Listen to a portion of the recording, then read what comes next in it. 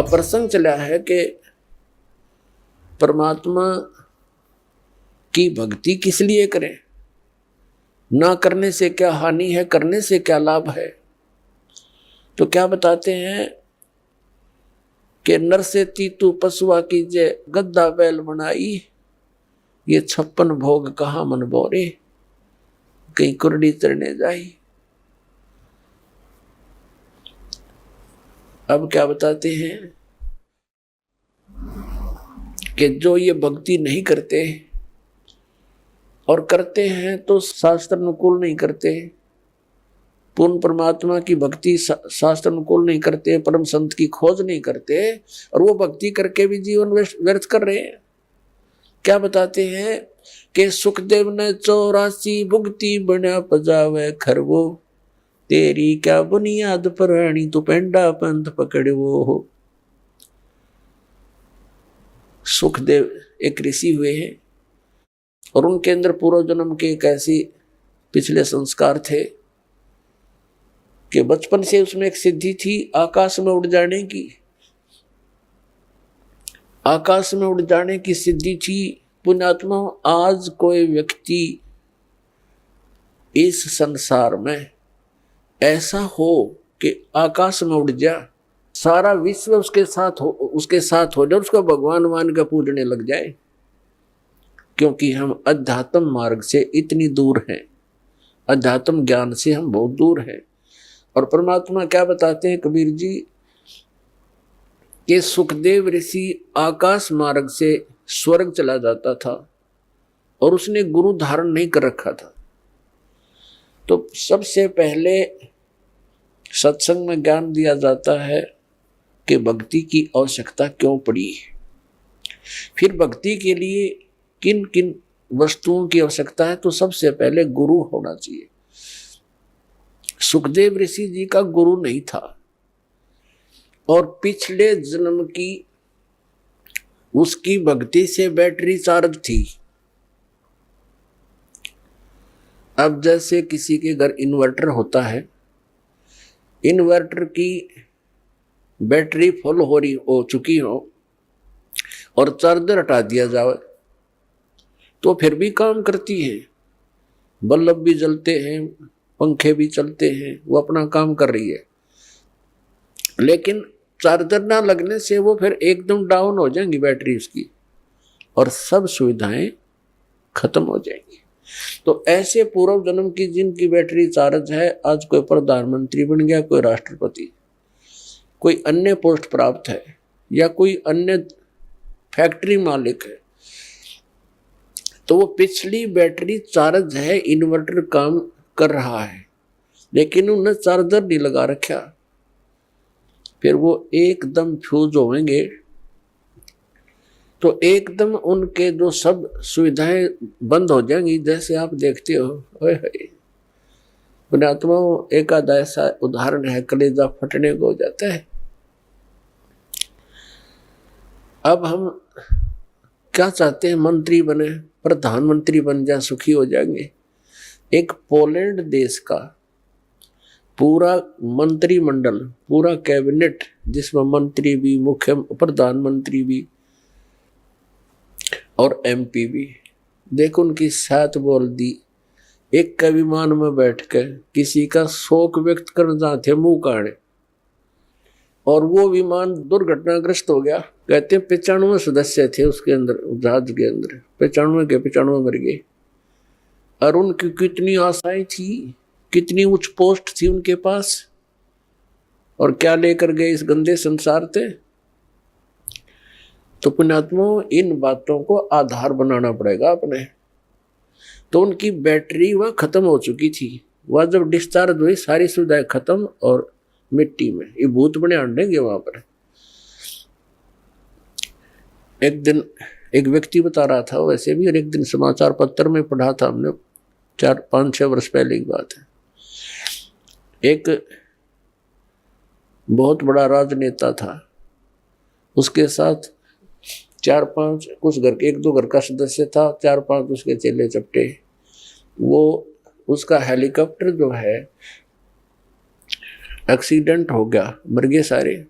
अब वो उस गांव में जहां हेलीकॉप्टर गिरा था, भूत बनकर वहां धक्के खा रहे हैं और गांव वालों को दुखी कर रहे हैं।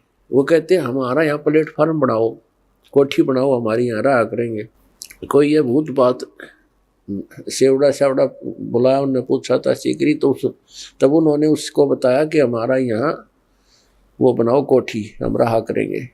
उनकी फिर वो एक चबूतरा सा बना के वो 4-4 ईंट ला के सारे की नरी कोठी बना रखी इतने। अब वहां कोठी बनाए बैठे हुए। तो परमात्मा कहते हैं जो काम नहीं करा, जो करना था इस मनुष्य जीवन से वो किया नहीं, बकवादों में यह मूल धन नष्ट कर दिया। वह बैटरी होगी, डिस्चार्ज चार्जर था नहीं, एकदम सब सुविधाएं। कहाँ गई वह प्रभुता, कहाँ गए वो धन। अब सिर पर चाट लो हेलीकॉप्टर ने, वो ले डूबा उसको। तो यहाँ परमात्मा हमें याद दिलाते हैं कि सुखदेव ने 84 भुगती, बना पजावे खरगो, तेरी क्या बुनियाद पराणी, तू पेंडा पंथ पकड़वो। अब सुखदेव ऋषि की बैटरी चार्ज थी पिछले जन्म की, और उस बैटरी चार्ज से वो पहुंच जाता था वहां स्वर्ग के अंदर, ऊपर के लोकों में। तो वहां के जो कॉमन स्वर्ग है, ये स्वर्ग क्या है, ये रेस्टोरेंट है। एक तो प्राइवेट रेस्टोरेंट होते हैं, उनमें तो कोई डट जाके पैसे वाला। एक सरकारी होते हैं, उनमें सरकारी अधिकारी ही रुक सकते हैं। ये पहुंच गया एक दिन, ये जाता था कॉमन स्वर्ग, इंद्र वाले स्वर्ग में।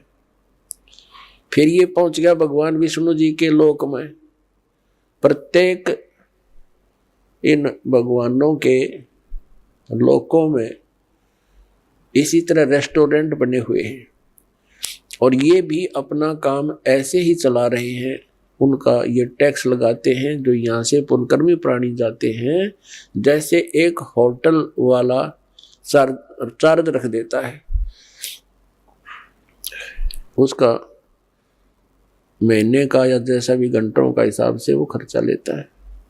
सुखदेव ऋषि जब पहुंचे स्वर्ग में, वहां के होटल में, विष्णु जी वाले बड़े होटल में, तो वहां एक रूल बना रखा उन्होंने कि जो गुरु यानी जिसने गुरु धारण कर रखा हो वही व्यक्ति यहां आ सकता है, इसमें सटे पा सकता है। अब सुखदेव ऋषि का कोई गुरु नहीं था, बैटरी चार्ज पिछले जन्म के पुण्य कर्मों के कारण वो आकाश में फिर रहा था। तो वहां के जो पहरेदार थे, सेवादार थे उस होटल के, उन्होंने मना कर दिया कि गुरु ऋषि जी आपका कोई गुरु है नहीं, और आपको इसमें एंट्री नहीं हो सकती आपकी। वो अड़ गया उनके साथ कि तुम पहले व्यक्ति देखे हो हमने, मैं तो ऐसे जाता हूँ, वहां भी जाता था, इंद्र के लोक में जाता था। उन्होंने कहा जी वहां जाते होगे पर यहाँ नहीं जा सकते आप, ये भगवान विष्णु का आदेश है। उसने कहा कि मेरे को विष्णु जी से मिलाओ।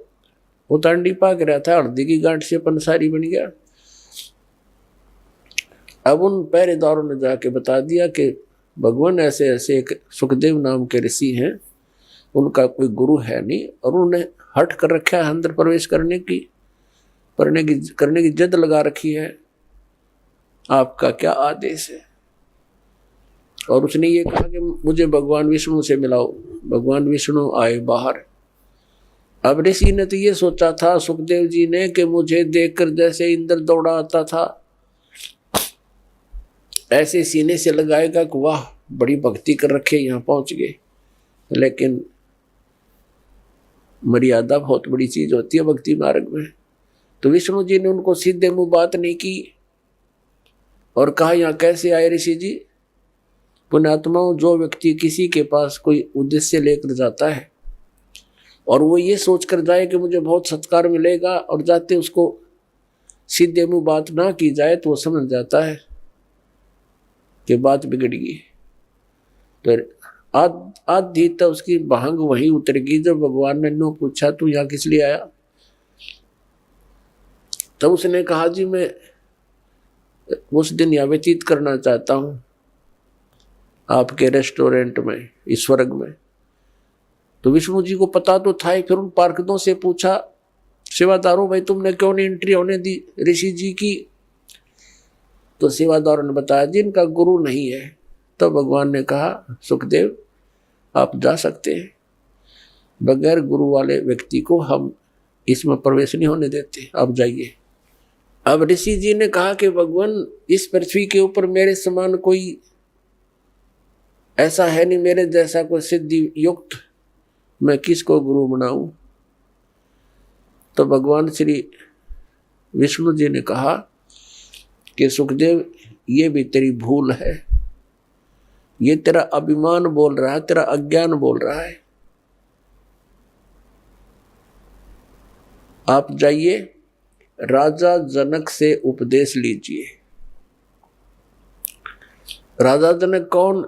जो सीता जी के पिता थे। अब वो देखो, इन कई कहते हैं कि गुरु जो है ब्रह्मचारी होना चाहिए, तो वो भी उनकी भूल है उन व्यक्तियों की। अपने आत्माओं परमात्मा के विधान से अपरिचित व्यक्ति इस तरह की अटकलबाजी करता रहता है। तो इन सब प्रमाणों से हमें सिद्ध होगा कि गुरु कैसा होना चाहिए, शिष्य के क्या लक्षण होने चाहिए, कैसे उसमें गुण होने चाहिए, और गुरु जी के अंदर कैसे लक्षण होने चाहिए।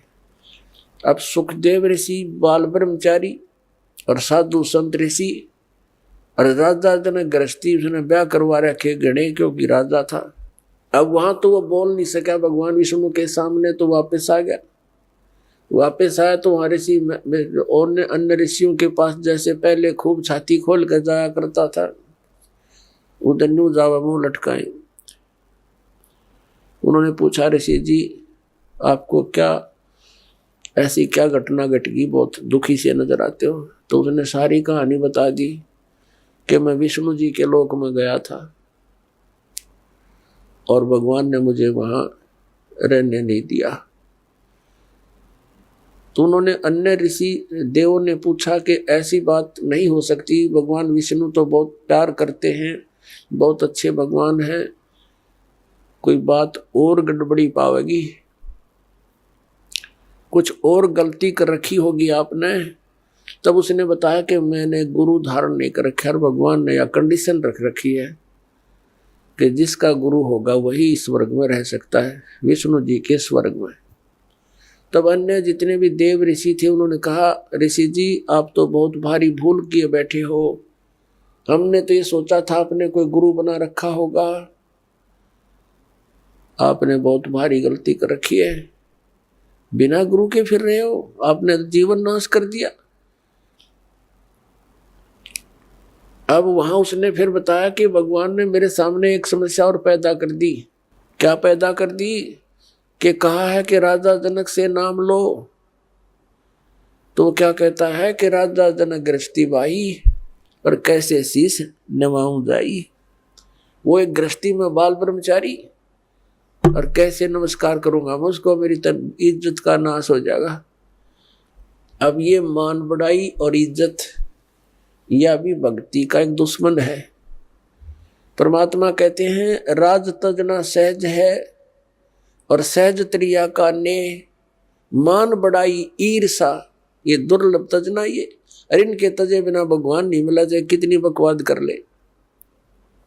और पुण्यात्मा यहाँ आपको इसलिए बुलाया जाता है, वैसे तो परमात्मा अपने बच्चों के लिए सब सुविधाएं ही उपलब्ध कराता है, दयालु है वो, मालिक हमारा पिता है, लेकिन फिर भी आपको यहाँ जमीन पर बैठाना प्रणाम करने के लिए एक विशेष विधान है, जिससे हमारे अंदर का जो मैल है अभिमान का, जो सबसे बड़ा बाधक है भगवान के मार्ग में, ये खत्म हो जाएगा।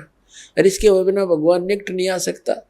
अब जरा सा भी मैल कहीं पर हो, तार के बीच में कनेक्शन ले रखा हो तो लाइट नहीं आएगी, लाइट नहीं आई तो फिर फायदा क्या हो सारे सांग के जोड़न का। तो पावर प्राप्त करने के लिए, भगवान की शक्ति को अपने पास लाने के लिए, तो हमने ये अहंकार रूपी ये मैल हटाना पड़ेगा। तो सबने कहा कि ऋषि जी जुल्म कर दिया आपने, तो बहुत गलती कर रखी है।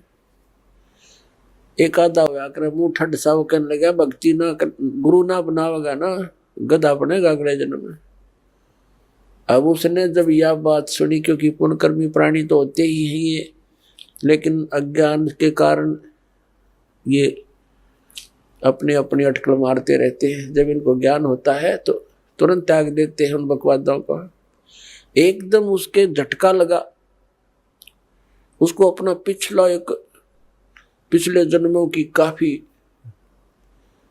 वह कहते हैं ना बैकग्राउंड देखी, पिछले जन्मों के अपने दुख उसके सामने घूमने लगे। उसको क्या हुआ कि जैसे उसको याद आया, उसकी दिव्य दृष्टि वो चालू होगी अंदर की, जितनी उसकी रेंज थी। अब क्या देखा सुखदेव ऋषि ने कि एक बार वो गधा बना हुआ है, गधे की योनि भोग रहा है।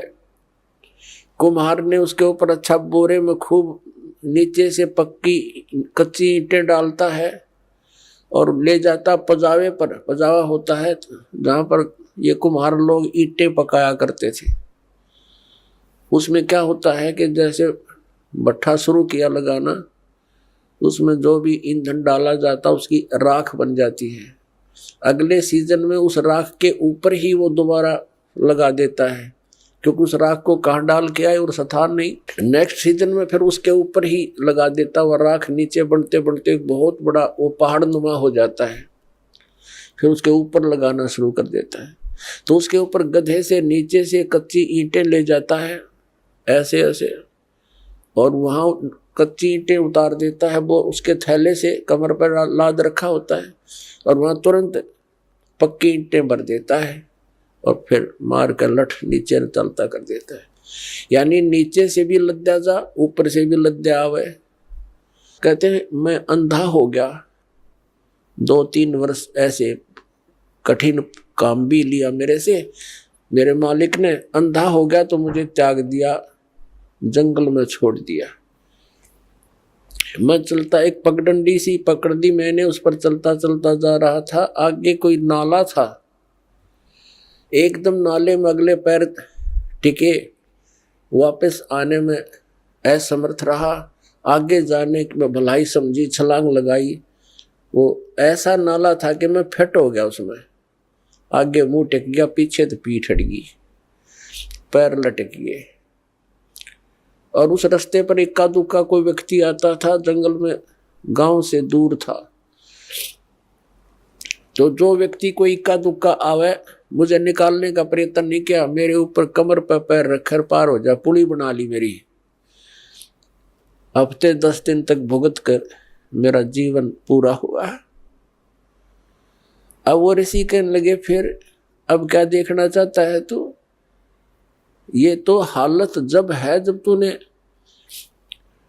आंखों देख ली, फिर तू नखरे कर रहा है। तो उसकी जो बुद्धि के सुकरीव ढीले हो रहे थे वो टाइट हो गए 1 मिनट में, और चल पड़ा वहां से। फिर आ गया अपने पिता व्यास जी के पास। जब सुखदेव ऋषि का जन्म हुआ, वो 12 वर्ष तक मां के गर्भ में रहे थे, और उसको मां के गर्भ में इस प्राणी को सब पता होता है कि बाहर जाते बिजली गिरेगी। एकदम क्या होता है, मां के गर्भ में तो इन ब्रह्मा विष्णु महेश, इनमें एक गुण है।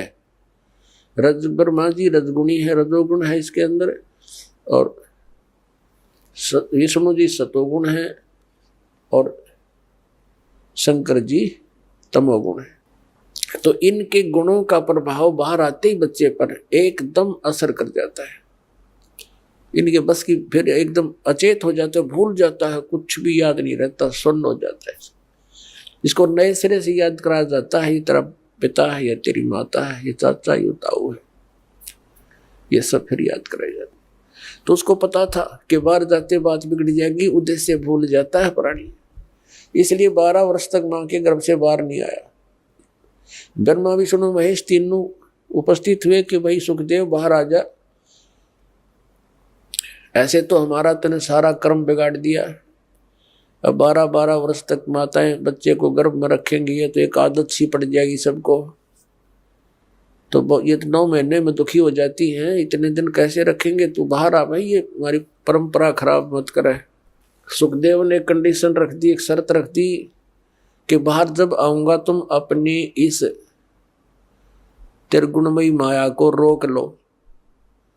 ये कहने लगे भाई देखो हम इसको रोकने में इतने सक्षम नहीं है, हम रोक नहीं सकते, लेकिन सेकंड के भी कुछ अंश के लिए हम अपना कुछ कंट्रोल कर सकते हैं ना, ये प्रवाह हमसे नहीं रुकता। सुखदेव ऋषि ने कहा कि तुम एक बार रोक दो थोड़ी सी देर। तो कहते सेकंड के भी कुछ अंश में ही वो रोक पाए थे, तभी वो माँ के गर्भ से बाहर आ गया। और उसको चेतना रही कि भक्ति ना करने से जो जीव व्यर्थ हो जाता, जीवन नष्ट हो जाता है। उसको ये आभास हो गया कि ये तो माँ के गर्भ में ये याद रहती है कि मनुष्य जीवन परमात्मा प्राप्ति के लिए प्राप्त होता है। अब उसने सारा कुछ कर लिया। माँ के गर्भ से बाहर आते ही अपनी और नाल को, जो सुंडी से लटकी होती है, माँ की नाभि से कनेक्शन होता, जेर सी, उसने अपने कंधे पर डाल गए और उठकर चल पड़ा। व्यास जी ने आवाज लगाई,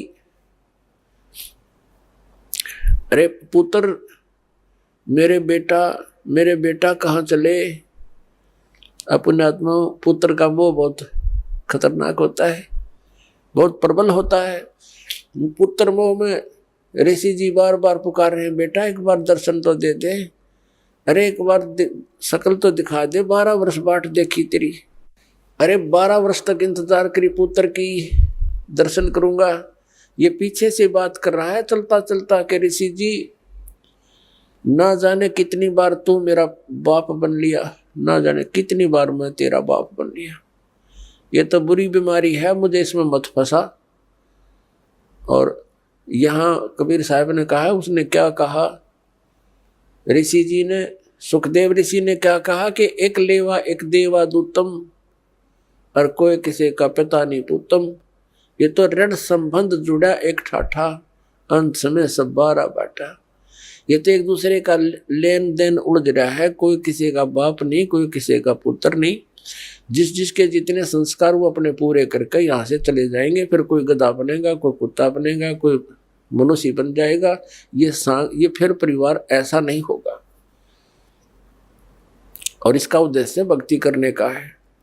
और मैं तेरे दर्शन करूं नहीं पिताजी, मेरे मोह जाग गया तो मैं फिर भक्ति से वंचित हो जाऊंगा। यूं कहकर आकाश में उड़ गया। जब तो वो चला गया, उसके बाद फिर आया, जब युवा हो लिया, फिर वापस आया अपने पिताजी के पास के बड़े विद्वान पुरुष हैं, उनसे सलाह लेता हूं। व्यास जी ने कहा, आ गया पुत्र? क्या आ गया पिताजी? अच्छा बेटा, बड़ा कोई बात नहीं, अब आ गया, सुबह का बोला, शाम को आ जाए तो कोई दिक्कत नहीं, आ जाओ मेरे पास रहो बेटा। तब उसने कहा, सुखदेव ऋषि ने कहा कि पिताजी मेरे सामने एक समस्या खड़ी हो गई, एक प्रॉब्लम भारी है। सारी कहानी बताई, मैं ऐसे ऐसे विष्णु जी के लोक में गया था, उन्होंने वहां रहने से मना कर दिया क्योंकि मैंने गुरु नहीं बना रखा। पुण्यात्माओं, जो परमात्मा के विधान से परिचित प्राणी होते हैं वो एक का सुर में बोला करते हैं। तो व्यास ऋषि जी का भी माथा ठनका और कहने लगा, अरे बेटा, तंदा अपना जीवन नाश किया, मैंने सोचा था चलो सब्र कर लिया था, संतोष कर लिया था मैंने, मेरा बेटा अपना कल्याण करवा लेगा, तने तो नाश कर लिया अपने जीवन का। या क्या सोचा तूने, गुरु नहीं बना रखा? अरे जाएगा कहाँ? तो फिर उसने अपनी वो दूसरी प्रॉब्लम बताई कि भगवान विष्णु ने कहा है कि राधा जनक को मैं गुरु बनाऊं, मैं तो बाल ब्रह्मचारी, और वो गृहस्थी, मैं कैसे, मैं तो शर्म आओ पिताजी, कैसे नमस्ते परम प्रणाम करूंगा, मुझे दंडवत करनी पड़ेगी। तब ऋषि ने, उसके पिता ने कहा, बेटा यदि भक्ति करना चाहता है और इन दुखों से बचना चाहता है तो ये क्रिया तो बेटा करनी पड़ेगी यार। जब भगवान ने कह दिया, जब परमात्मा का आदेश हो गया फिर अगर मगर कर तो विद्वान काहे का, तेरी 2 दिन की बैटरी चार्ज है, फिर ब्रह्मटी होगी तेरी बेटा। तो विद्वान कहा का तो जीवन नष्ट कर रहा है और मुझे भी कलंकित करेगा। जाकर नाम ले बेटा, जीवन नाश ना करे। तब वो गया राजा जनक के पास। अपने आत्मा राजा जनक के पास जब ऋषि जी पहुंचे, राजा जनक ने अपने सेवकों को, नौकरों से कहा, भाई आसन लगा दो, महर्षि जी आए हैं, आज हमारे भाग उदय हो गए, आसन लगा दो, बढ़िया बढ़िया कपड़े लगा दो, फूलों से सजा दो। उन्होंने 1 मिनट में कहते ही कर दिए, आसन लगा दिया। तो कहा राजा जनक ने कि ऋषि जी विराजो, बैठो आसन पर। जमीन पर बैठ गया। कहने लगा मैं आपको गुरु बनाने आया हूं, आसन पर नहीं बैठ सकता। अब राजा जनक का यकीन नहीं हुआ, जैसे नहीं ये बात, ये सीधे सिर फिरे होते हैं। ये कोई किसी ने नौकर ने कोई किसी ने कुछ कह तो नहीं दिया इसको, क्योंकि ये श्राप भी दे सकते हैं, ये तो विषैले सर्प भी होते हैं इनके पास, ये श्राप देने की भी एक पावर रखते हैं। राजा जनक चिंतित हो गया कि भगवान कोई गलती हो तो माफ करना ऋषि जी, हम तो गृहस्थी व्यक्ति हैं, किसी नौकर ने कुछ कह दिया हो आपको, माफ कर देना। आप नीचे ना बैठो, मेरी बेइज्जती हो, मेरी जो है ना, मैं ये सहन नहीं कर सकता, क्योंकि ऋषि एक नीचे बैठे, कोई गलती हो तो माफ करो। तो कहने लगा नहीं, आज मैं ऊपर नहीं बैठ सकता, क्योंकि मैं आपको गुरु बनाने आया हूँ। उसने सारी कहानी सुना दी, ऐसे ऐसे मैं विष्णु लोक में गया था और भगवान का आदेश है, मैं आपको गुरु बनाने आया। तो पहली बार एक बार तो यकीन हुआ नहीं राजा जनक को, फिर भगवान विष्णु का उसने जो साथ में संपट ला दिया, फिर वो मान गए हाँ भी ये नाम ले लिया है। लेकिन दीक्षा देने से पहले शिष्य की थोड़ी बहुत कुछ उसको सेट करना पड़ता है। जैसे अब दास आपको ज्ञान देता है, पूरा विधान बताता है, जो विद्वान जो समझदार भक्त आते हैं, प्रथम बार आते हैं, तो इस ज्ञान से प्रभावित होकर वो इस दास को एक संत मानकर नाम लेते हैं और फिर विश्वास दृढ़ता से उस पर लगते हैं, तो लाभ मिलता है। नाम भी ले ले, विश्वास गुरु पर होता नहीं तो उसको लाभ नहीं हुआ करता। अध्यात्म मार्ग को बच्चों का खेल नहीं है। तो राजा जनक ने कहा जी सुबह नाम दूंगा स्नान करके, आप रात को रेस्ट करो। अब कहने का भाव ये है, राजा जनक ने एक अलग कक्ष में उसकी व्यवस्था कर दी ऋषि जी के रुकने की, और वहां पर एक नौकरानी, एक औरत की बहन की सेवा लगा दी। तो ऋषि की सेवा कर, उसको सारा समझा दिया लड़की को कि ऐसे ऐसे इसकी परीक्षा करना। ऋषि जी बैठे थे अपने बेड पर, लड़की अंदर गई और उसी के बेड पर बैठ गई चरणों की तरफ। ऋषि जी ने पैर मोड़ दिए, वो और आगे नहीं तो ऋषि जी बैठ गए, और उसके निकट जाना चाहा तो ऋषि जी बेड छोड़कर खड़े हो गए कोने में। कहने लगे माई बहन आप क्या कर रहे हो, साधु संतों के हाथ नहीं लगाते, बिस्तर पर नहीं बैठते, आप क्यों मर्यादा भंग कर रहे हो, आप जा सकते हो। वह लड़की आ गई।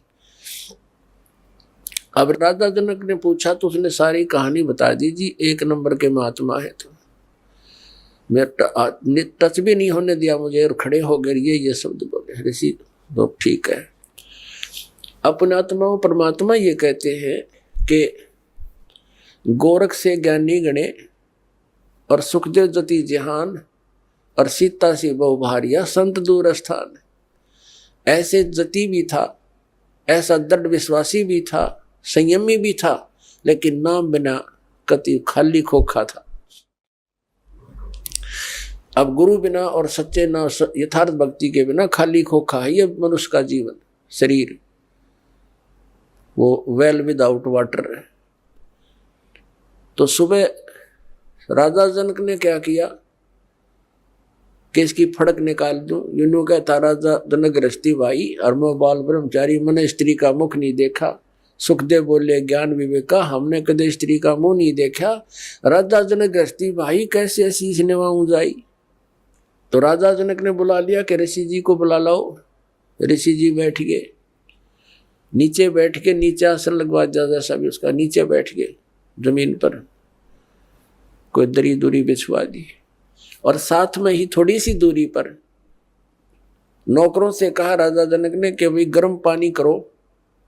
वो समझा रखे थे कि अच्छा भट्ट बाढ़ दो, इसमें पूरा चूल्हा लगा के ऊपर रख दिया एक कढ़ाई, पानी गर्म करने की कढ़ाई रख दी, और साथ में नहाने के लिए एक पाटड़ा बिछा लिया, जैसे पटड़ी होती है। पहले बड़े बड़े पाटड़े होते थे, पूरा 3x2 का, 3x3 का लकड़ी के पटड़े बनाए होते थे, उन पर बैठकर स्नान किया करते थे। राजा जनक ने वहाँ वो पाटड़ा उस उबलते हुए जल के उस कढ़ाई के साथ में लगवा लिया। और उसकी 10,000 रानियां बताते हैं राजा जनक। उसमें से जो उनकी मुख्य रानी थी, पटरानी बोलते हैं, उससे कहा मुझे स्नान कराओ। अब वो स्नान करने के लिए बैठ गया। उसकी पत्नी उस उबलते हुए जल से उबाल रखा, जैसे गुलगुले उतारा करें, जलेबी उतारा करें जब उबाला करें घी को, तो उस उबलते हुए पानी से लोटा भरे वह पटरानी राजा जनक के चोटी में डाला है, रात से मसला अनुसार। और वो सुखदेव ऋषि न्यू हुआ पाछे ने जलेगा भी हो, वह लोटा गिरा और पाछे ने सरके जल गया। तब राजा जनक ने कहा कि ए बाल ब्रह्मचारी, ए व्यास के बेटा, मैं गृहस्थी हूं और मेरे स्नान करने के बाद जो पानी गटर में जा रहा है, ये नाली में जा रहा, तो इसमें उंगली दे दे बेटा, तब जानूंगा तो किसा बाल ब्रह्मचारी है। न बोला मैं ना दूं, आज जल जा मेरा तय। राजा बिहंस देई तब तारी, और हमें स्नान करावे नारी। ए ब्रह्मचारी, तेरे तो नारी अच्छी या लड़की जो सत्य नाम इस सही मंत्र के जाप से इसका शरीर ऐसा सॉलिड हो चुका है, और आप भटक रहे हो, धक्के खा रहे हो, शरण पकड़ दियो। बाल ब्रह्मचारी एकदम कति नतमस्तक हो गया। तो पुण्यात्माओं, या फड़क निकले बिना गुरु बनाने का कोई यूज भी नहीं, लाभ नहीं हो जीव को। जब तक आपको गुरु जी पर विश्वास नहीं होता, इतना धारण नहीं करना चाहिए। फिर अग्रम अग्रम करते हो तो भक्ति खंड हो जाती है। तो उस दिन के बाद राजा जनक के प्रति उसकी पूरी श्रद्धा होगी। उसने सिर्फ ये चमत्कार देख कर गुरु पर विश्वास हो गया। विश्वास कर केवल इन चमत्कारों से नहीं, वो तो पुरानी कथाएं हैं, जैसा उनको लाभ हुआ, कितना लाभ हुआ। राजा जनक से उपदेश लेने के बाद सुखदेव ऋषि स्वर्ग में गया, बस विष्णु लोक में विराजमान है, और पुण्य खत्म होते फिर यहाँ धक्के खाओगा। तो इस ज्ञान को आधार बना के गुरु बनाना है और भक्ति करनी, अपना कल्याण करवाना है। बोलो सतगुरुदेव।